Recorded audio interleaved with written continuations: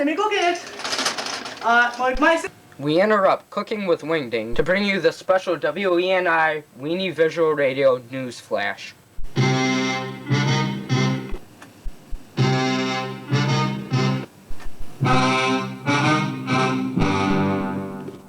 Hello, I'm Adam Lindquist, and I'm here to bring you this sad news flash of terror in Verona. Less than 5 minutes ago, 3 Veronian teens were found dead in the Capulet family vault. One of those teens was Juliet Capulet, who was presumed dead of unknown circumstances early yesterday morning. She was now found dead with a knife through her chest. A knife that belonged to Romeo Montague, who was also found dead of drinking a poison, the vial found clenched in his hand. Romeo was banished from Verona earlier this week. The third and final death was of the County Paris, dead of a sword wound, also thought to have been caused by Romeo. Could Romeo have killed both Paris and Juliet? And did it have anything to do with the fact that Juliet and Paris were to be married this Thursday? We will now go to James Moon, who's live at the scene of the crime. I'm here at what appears to be a tragic case of homicide/dual suicide. Just moments ago, Balthazar, Romeo's man, delivered a suicide note unto Prince Aeschylus. Wait, here comes Balthazar now. Whoa! Balthazar, may we ask you a few questions? Certainly.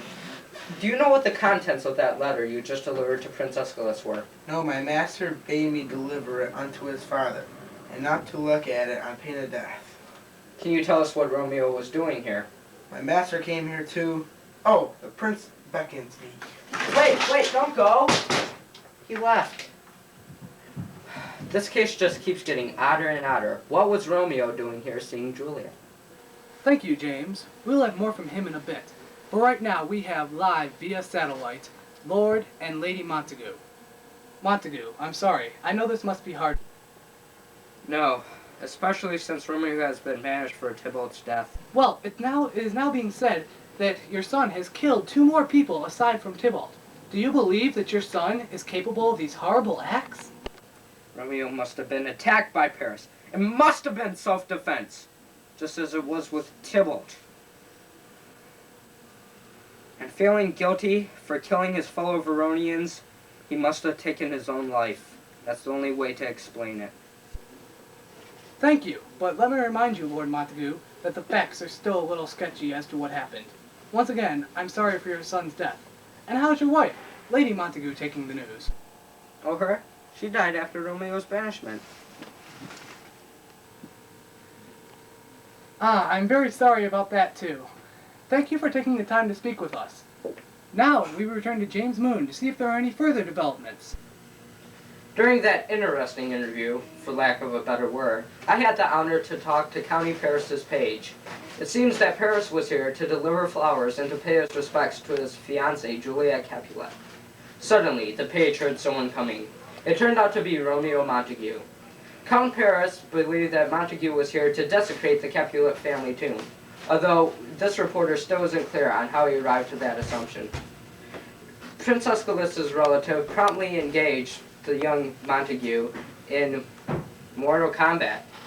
I don't know what to call it. It seems they fought, but I'm not sure because I wasn't here. The page was sent to go see the watch. When the watchmen arrived, they found the 3 dead bodies, Paris, Juliet, and Montague. How they got there, I do not know. Okay, so now we go back to Adam. I'll look for more developments here, but the evidence is very thin. Thank you, James. Hey, isn't that Friar Lawrence behind you? Well, yes it is. Friar Lawrence, may we have a few words with you? Oh, yes, I'm on my way to talk to Prince Aeschylus. I must talk to him immediately, for it's about Romeo and Juliet. Whoa! What? You said about Romeo and Juliet? Yes. Don't talk to Prince Aeschylus. He's an evil man. But the people at Weenie Radio, we're nice people. Why don't you talk with me first, and we'll decide together if it's okay to go talk to the prince. Are you sure? Trust me. Well, Okay, but I will be brief, for my short date of breath 'tis not as long as a tedious tale. Romeo, there dead, was husband to that Juliet, and she, there dead, that Romeo's faithful wife. I married them, and their solemn marriage day was Tybalt's doomsday, whose untimely death banished the new-made bridegroom from this city. So you're telling me that the Capulets and Montagues were joined together by marriage of these two youths? Yes, it is true. Why didn't you tell anyone? I was awaiting for the right time, when we could announce the marriage without causing harm to either of the families. Well, it seems to me that the right time has passed, mister. I mean, this whole mishap could have been totally avoided except for your big, lousy butt. I mean, they've lost these people here, these young, wonderful children. I hope you're happy with yourself. No, not at all. And if aught this is miscarried somehow by my fault, let my old life be sacrificed. Is that Friar Lawrence? What? Come hither. Oh, I must go.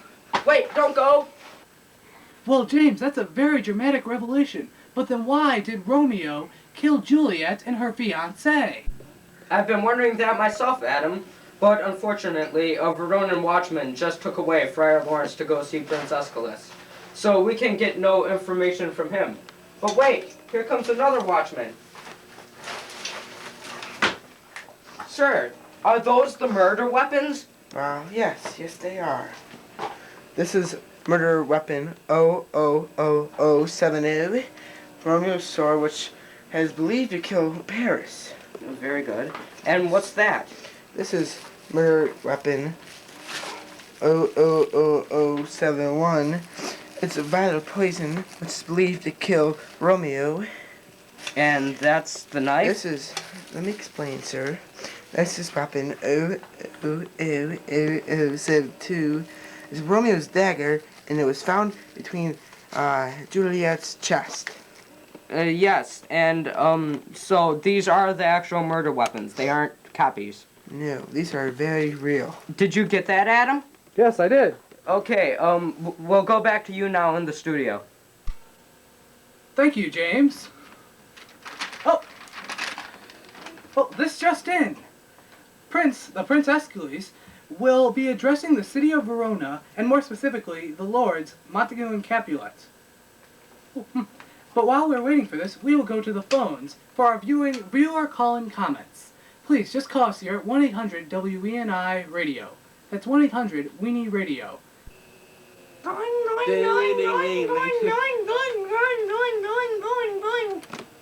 Hello, you've reached Weenie News Call, and you are on the air. Yes, hello, would you like to comment on today's news flash? No, sir. I don't like them. Now we have to go to a commercial break, but we will be back soon with the princes. Hello. Are you looking for the quick and easy cure to some of life's bigger problems? I am the apothecary of Mantua, and at my shop you will find sleeping potions, love potions, healing potions, aspirin, and you would even find some deadly poisons if they weren't illegal. So why don't you come on down to my shop and get the remedies that you'll need? For I am poor, and I will do anything for your money. Anything.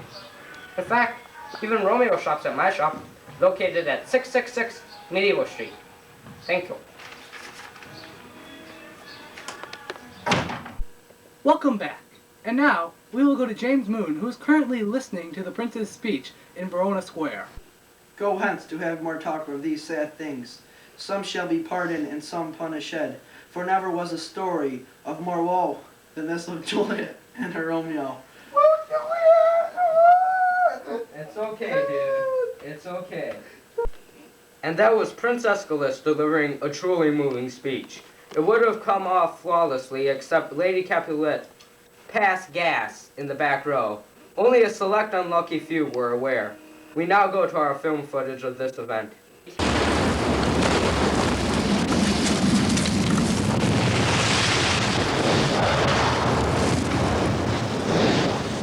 Prince, may we have a few words with you? Certainly.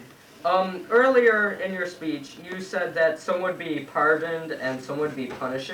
What did you mean by that? Well, I understand the plight of the two houses, but deaths were still caused. so only those most responsible for the deaths will face a penalty of the law. And even earlier in the speech, you mentioned that you lost a brace of kinsmen. Mercutio and Paris were their names, I believe. Yet you show no obvious grief. A ruler must be strong in the face of such sorrow and tragedy. I shall grieve in my own time. Thank you, and that was Prince Aeschylus.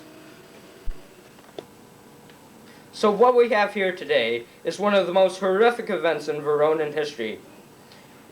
Gathered from various sources, we have determined that Juliet took a sleeping potion to get out of marrying Paris, for she was already married to Romeo Montague. Romeo heard of this in Mantua and bought poison from an apothecary. He came here to Verona to die by Juliet. He met at this very tomb Count Paris, who was paying his respects to Juliet, his fiancée. Romeo engaged the young count and defeated him in mortal combat, then promptly took the poison. Friar Lawrence, Romeo and Juliet's advisor, arrived as Juliet was waking from her drugged-induced sleep. He ran when he heard the watch coming and left Juliet alone, who stabbed herself to death rather than live without Romeo. When we caught up with the friar, just as he was about to relate these events to the prince, he was very, very upset. Statues will be erected to Romeo and Juliet made of solid gold later this week, donated by both Capulet and Montague. This event shall go down in history as one of the most tragic affairs between two lovers, and how their love will last forever. Thank you, James. These events will go to show that truth is the best policy. For anyone who knew of Juliet and Romeo's relationship would have spoken up and told the truth, and this entire series of events could have been avoided. But for now, this is Adam Lindquist, signing off for WENI Weather, Entertainment, News, and Information, Weenie Radio.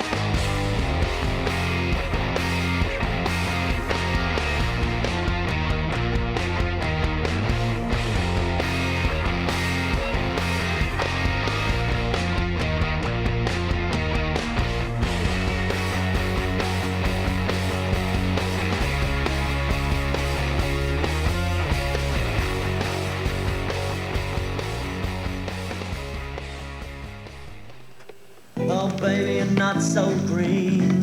No baby, you're not so green. No baby, you're not so...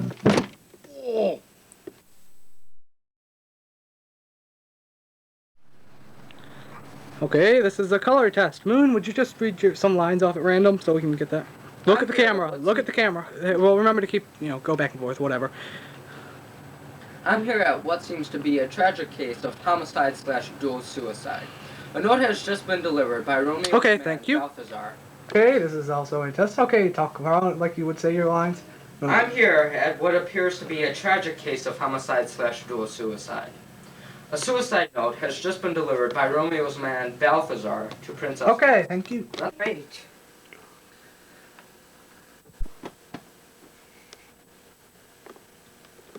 We're recording a bit. Okay, now look up and face the camera. Come on. There we go. Very nice. This is James. James is Montague. Hey, you might have black and white color. Come on. Train or gutter? They suck. Actually, I've never been on a train. I'm sorry. I didn't see it. Oh, he's a great guy, isn't he? Yeah, Hell yeah. Better go.